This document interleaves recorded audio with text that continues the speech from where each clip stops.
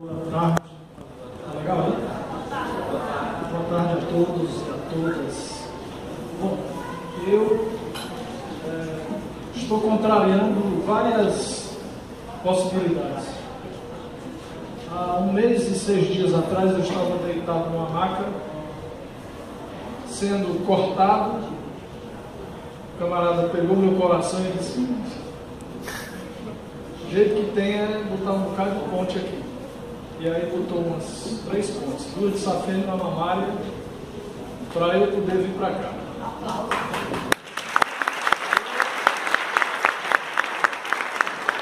Estou muito feliz porque tudo é motivo para comemorar. Tudo, né? E quando eu vejo alunos da escola do ensino fundamental e médio, escola pública, presentes numa palestra, presentes no lançamento de livro, eu reafirmo aquilo que eu digo em todo canto: estamos celebrando a inteligência humana. E a inteligência humana precisa ser celebrada, porque ultimamente nós estamos despencando numa barbárie por conta de uma classe política cebosa que nós temos. E nós somos inteligentes, estudantes, professores, e precisamos mudar o rumo desse país. Só nós conseguiremos.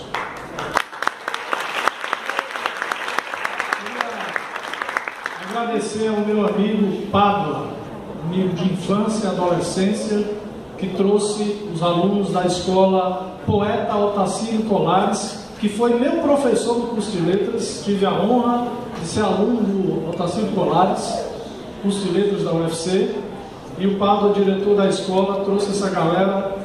Obrigado vocês.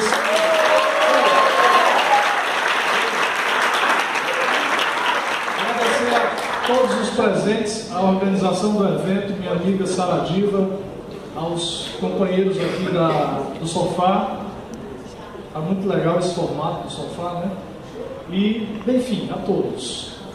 Quem veio de longe, quem veio de perto. Eu sou poeta. Você não tem culpa disso, não. A culpa é minha. A culpa é minha porque quando eu era criança, viu? Eu ficava olhando as figuras das revistas, dos livros, e sonhando com aquilo, imaginando aquilo e pensando numa história para aquilo ali. E aí, quando comecei a aprender a ler, inspirado no meu pai, que lia na janela da nossa casa para a rua de terra, no Carlito Pamplona, onde eu nasci. Tem alguém do Carlito Pamplona aqui? Eita, olha aí, rapaz! Duas carlitenses aqui. Bom, aí ele ficava lendo cordéis e dizia: pega aquele ali da capa tal. Eu pegava lá no baú e ele ia ler. Era a novela daquele tempo.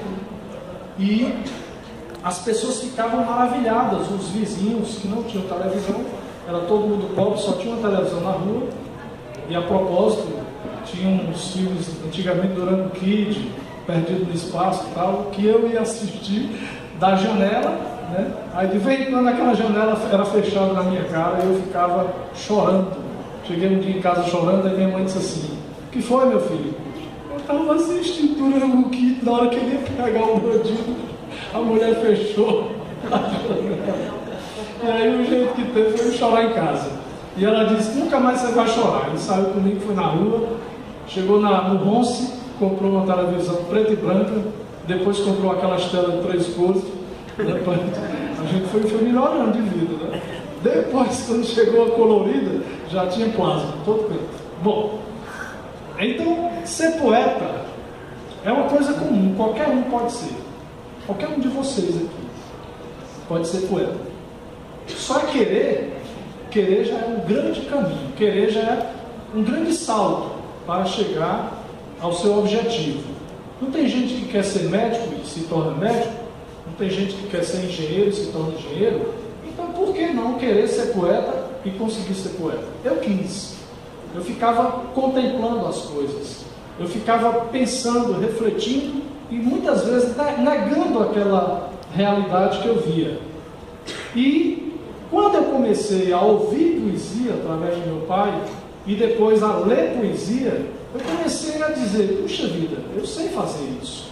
Eu sei manipular a linguagem para transformar aquilo que eu sinto, aquilo que eu penso, nisso que eu estou lendo aqui, nisso que se chama poesia. E aí eu comecei então a exercitar. A flor do meu jardim, a formiguinha que ia andando no seu caminho, e o passarinho no quintal, a manga, e aí eu fui vendo tudo, em tudo eu enxergava a poesia. Mas aí corre o risco de você ser taxado, carimbado. Ah, ele é poeta. Ah, não, ele é poeta. Como se poeta não fosse levado a sério. E muita gente não leva poeta a sério, que é um grande erro. Os poetas, muitos deles, apresentam às vezes uma característica mais sensível, né? E as pessoas confundem isso. Mas não, o poeta tem uma sensibilidade exatamente porque ele exercita essa sensibilidade. Como o professor exercita o seu trabalho em sala de aula, como o enfermeiro exercita o seu trabalho no hospital, como qualquer um exercita a sua profissão. Então o poeta exercita a sua sensibilidade e transforma isso numa ferramenta importante através da linguagem, que é, o resultado disso é a obra de arte, que Hermínia leu um poema aqui, eu vou ler outro aqui, e aí a gente consegue transmitir aquilo que a herança cultural, desde antes de Homero, os aedos lá na Grécia, que saíam perambulando pelo sítio, pelas cidades, lendo, cantando, recitando e fazendo da vida uma coisa melhor. Então, eu sou culpado disso. E muitas vezes eu me agradeço por ter escolhido ser poeta. Embora poeta não ganhe dinheiro. Ah, poeta, daí? Nada. Você chega publica um livro, que é uma dificuldade enorme publicar um livro. Depois que você publica o livro, aí você vai querer vender o livro. Mas não é para ficar rico. É para ter o prazer de dizer: eu cheguei numa loja e comprei uma camisa. Alguém chegou na livraria e comprou o meu livro. Puxa vida, isso dá tanto prazer a mim, mas não dá prazer, por exemplo, o costureiro ou a costureira, que ninguém sabe quem foi que costurou aquela camisa. Foi uma máquina. Mas o poeta é capaz de produzir um artefato e acompanhar esse artefato até a mão do leitor. Então isso é um processo muito importante. O processo de construir o poema até que ele se transforme em um objeto de arte. E depois disso, pensar em vender. Aí tem uma feira de livro, uma Bienal Internacional do Livro no Ceará, já é a 12ª, eu participei de algumas, no início, no meio. Fiquei, como eu moro na Paraíba, então a gente fica meio isolado, às vezes esquecido dos cearenses, e quando chega lá o pessoal diz assim: não, você é cearense, não é daqui, e esquece a gente lá também. Então eu sou um grande esquecido na literatura, eu vivo no limbo, eu vivo num lugar que não existe. Porque lá o cara da literatura cearense, aqui não, ele está lá na Paraíba, e aí eu fico, né? De vez em quando venho para cá, vou para lá, para ver se o pessoal me vê. Sabe, eu estou aqui, viu, Hermínia, eu estou aqui, viu, vocês que estão mais. Tá? Bom, então, vender um livro é uma coisa muito difícil. E ler um livro é uma coisa muito fácil. Que custo é você que tem de 12 até 18, 20 anos aí, os mais novos, que custa ler um livro? São 80 páginas. Você lê isso aqui, no máximo 1 hora. Né? Mas você vai lendo, aí vai relendo. Vixe, que frase legal, que verso legal, que imagem legal, que adjetivo legal, que coisa legal, que bicho legal, de qualquer que seja o sentido ao que você está lendo. Mas se demora um pouquinho no livro, que você vai ver que você se tornou mais inteligente do que era antes. Toda pessoa que lê um livro se torna mais inteligente do que era antes. E aí, quanto mais livro você lê, mais livro você vai acumular na sua inteligência. E você vai se tornar uma pessoa diferenciada no meio dos outros. E isso, lá na frente, vai te favorecer em alguma coisa. Numa prova de vestibular, numa prova de concurso, seja lá em que for, você vai se diferenciar mais na frente, porque você lê um livro e outras pessoas não leram. Então a leitura é um ponto de diferença entre o sucesso e o não sucesso. não vou nem chamar de fracasso, porque muitas vezes as condições materiais fazem com que você não tenha acesso ao livro. Mas as bibliotecas públicas, as bibliotecas das escolas, estão aí repletas de livros pedindo, implorando para que você entre lá e pegue um para levar para casa e no fim de semana leia e traga para discutir com o seu colega. Né? Junto um grupinho, vamos formar um clube do leitor entre nós, vamos fazer com que isso aconteça, e aí só depende de vocês. Vocês têm energia para tanta coisa, para festa, para todo mundo aí, se for enumerar aqui o que vocês fazem, é tanta coisa. Então essa energia canalizada para a leitura de um livro, para a discussão sobre o que você leu, isso pode te render tanta inteligência, a inteligência se multiplica, saiba disso. Viu? Eu, por exemplo, antes de vir para cá, eu tinha lido uns poemas, estou mais inteligente aqui. Tá vendo? Porque li os poemas antes de chegar aqui. Né? Bom, mas minha mãe desconfiava desse negócio de poesia. Eu fiz cidadania. Minha mãe pobre, prática na vida. Aí eu disse, eu só sei que eu gosto tanto. R$50 o job. Eu saio com esse negócio na mão, aí, ei, compra aí e tal, meu livrinho. E o pessoal às vezes compra, às vezes debocha, às vezes fica mangando de mim, mas eu tô aí, entendeu? Aí um dia ela me viu na televisão sendo entrevistada. Aí ela disse, é tu? Como é que tu tá aí falando e tu tá aqui? Eu disse, não, isso foi gravado. Aí minha mãe adorou a ideia de que eu era escritor. Isso aos 20 e poucos anos. E aí, com o tempo, ela começou a ver o resultado disso, que eram os livros. Né? Então, esse livro que eu trouxe hoje, que está anunciado pelo lançamento, Melhor Seria Ser Pardal, é o meu 18º livro na trajetória. É um livro de poemas e que ele, particularmente, traz uma coisa muito importante, que é uma discussão sobre a modernidade. E olha, eu comecei a escrever alguns poemas desse livro há bastante tempo, na época que eu era estudante de letras. Portanto, na década de 80. Aí eu trago discussões nos poemas aqui que são bastante atuais. Inclusive discussões políticas na época, que hoje são plenamente cabíveis dentro de qualquer discussão. Por isso que você lê qualquer poeta, você pode estar atualizando o pensamento. O cara escreveu há 200 anos atrás, mas o pensamento dele ainda é válido até hoje. Então, quando você lê, você se torna apto a discutir os problemas de hoje, porque você leu a tradição. Então, isso é importante para a juventude. Então, vou dar um exemplo aqui do poema que intitula o livro Melhor Seria Ser Pardal. É um poema que tem inicialmente o formato de um cordel, né? Todo metrificado e rimado, e começa assim: invoco o melhor dos canários, do reino de terras distantes, pode até vir de Portugal ou da nobre Itália de Dante, pode ser de bem mais além, que venham a cavalo ou de trem para envergonhar o pardal. Pardal não tem cerimônia de cagar em qualquer parte, é um passarinho feio, não tem engenho ou arte, nunca se viu nas palavras ou nos escritos que lavram da Ásia ao riacho do meio. Já que lembrei Portugal, do inominável Camões, lembro também a Grécia, os franceses e os bretões, que são os povos valentes e matam até as serpentes da Arábia, Índia ou Pérsia. Então eu vou fazendo uma apresentação da poesia, de como surge a ideia, de como surge a própria vida, né? Situando geograficamente e historicamente, né? O que eu quero dizer, sempre colocando o pardal como fio condutor dessa narrativa mais longa. É um poema, mas é um poema que conta uma história. E aí, para ser fiel à modernidade, eu quebro a métrica e a rima e passo a me libertar dessa forma fixa.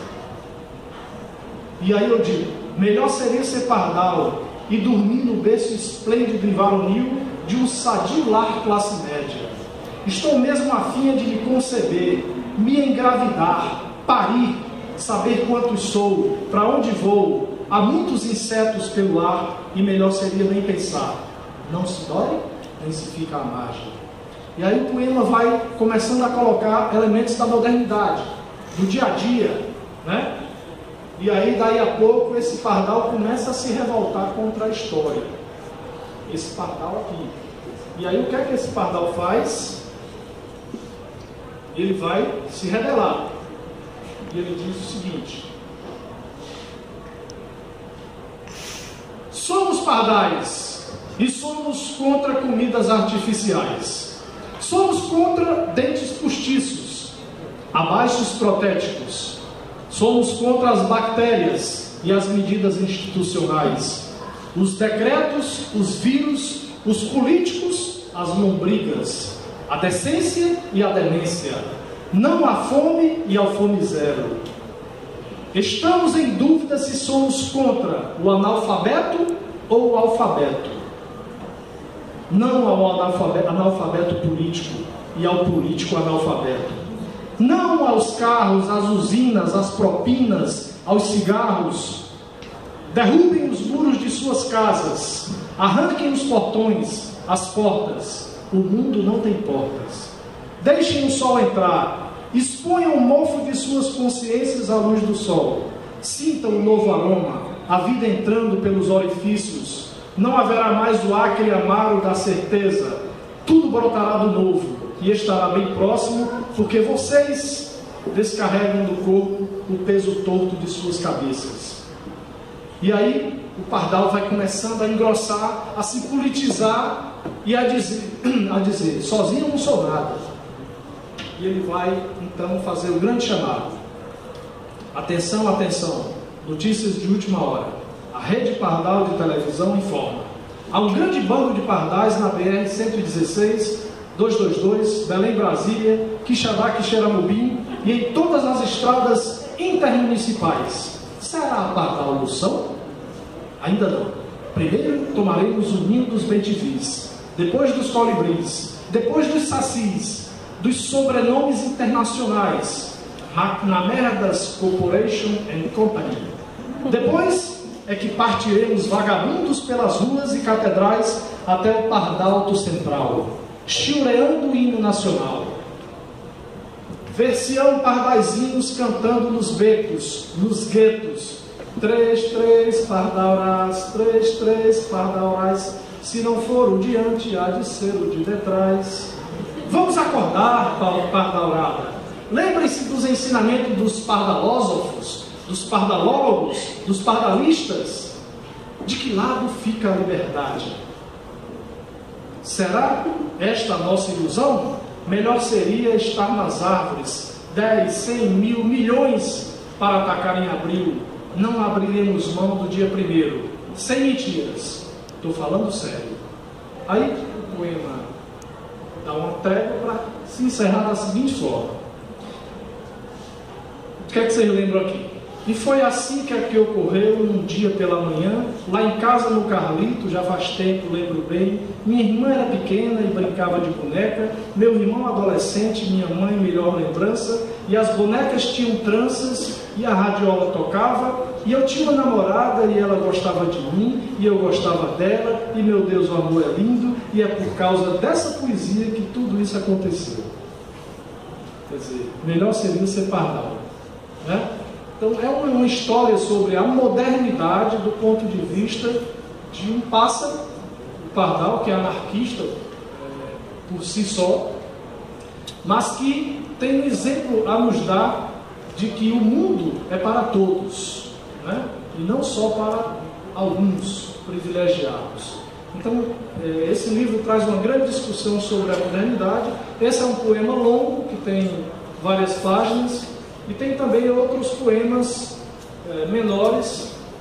Vou só ler um trecho de um aqui. Semente de lua. Semente de lua. Vamos pensar no que é uma semente de lua. A lua seria uma semente de lua. Uma pedra que o Armstrong trouxe? Não, vamos ver na poesia como é que a gente faz isso. Plantei uma lua em meu jardim. Nasceu uma estátua de São Jorge e um pé de Armstrong. Muito obrigado. E haverá a oportunidade de complementar alguma coisa, de talvez explicar melhor no debate. Eu agradeço bastante. Muito obrigado. Obrigado pela sua ajuda, Mar. E me sentindo